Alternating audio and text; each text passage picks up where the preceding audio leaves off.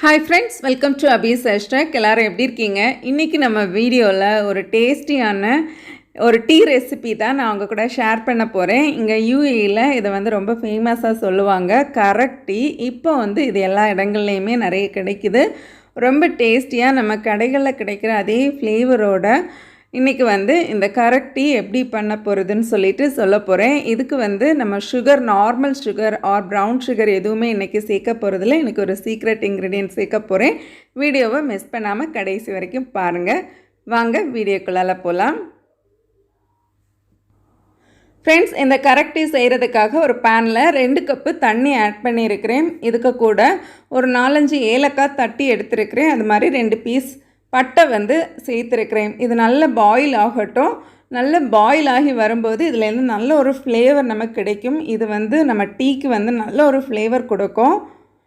இப்போ இதுக்கு கூட நான் ஒரு 3 ஸ்பூன் டீ பவுடர் சேர்த்துருக்கிறேன். உங்கள்கிட்ட என்ன டீ பவுடர் இருந்தாலும் சேர்த்துக்கோங்க. நீங்கள் ஏலக்காய் ஃப்ளேவரில் இருக்கிற டீ பவுடர் வச்சுருந்தீங்கன்னா நம்ம பாயில் பண்ண போடும்போது கொஞ்சம் ஏலக்காய் கம்மி பண்ணி போட்டுக்கோங்க. இப்போ பால் சேர்த்ததுக்கு பிறகு இதை நல்லா பாயில் பண்ண விடலாம். இப்போ நல்லா கொதி இது மேலே ரைஸ் ஆகி பொங்குறது மாதிரி வரும். அந்த டைம் ஃப்ளேமை லோ ஃப்ளேமில் வச்சுட்டு இன்னும் ஒரு 5 மினிட்ஸ் லோ ஃப்ளேம்லேயே நல்லா பாயில் பண்ண விடுங்க.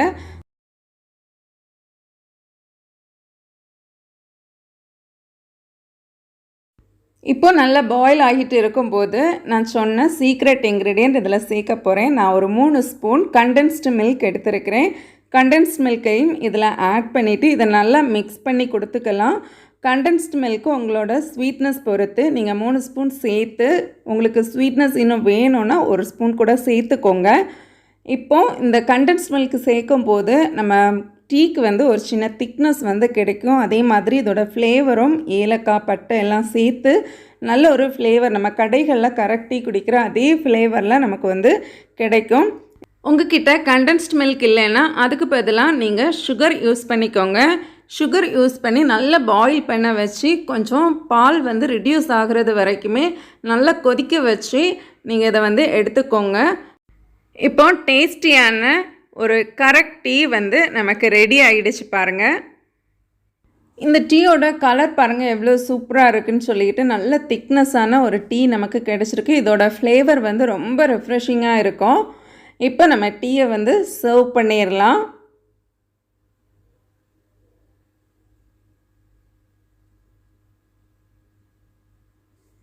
ஃப்ரெண்ட்ஸ், இந்த வீடியோ உங்கள் எல்லாருக்குமே பிடிச்சிருக்குன்னு நினைக்கிறேன். வீடியோ பிடிச்சிருந்தா மறக்காமல் லைக் பண்ணுங்கள். உங்கள் ஃப்ரெண்ட்ஸ் அண்ட் ஃபேமிலிக்கு கூட ஷேர் பண்ணுங்கள்.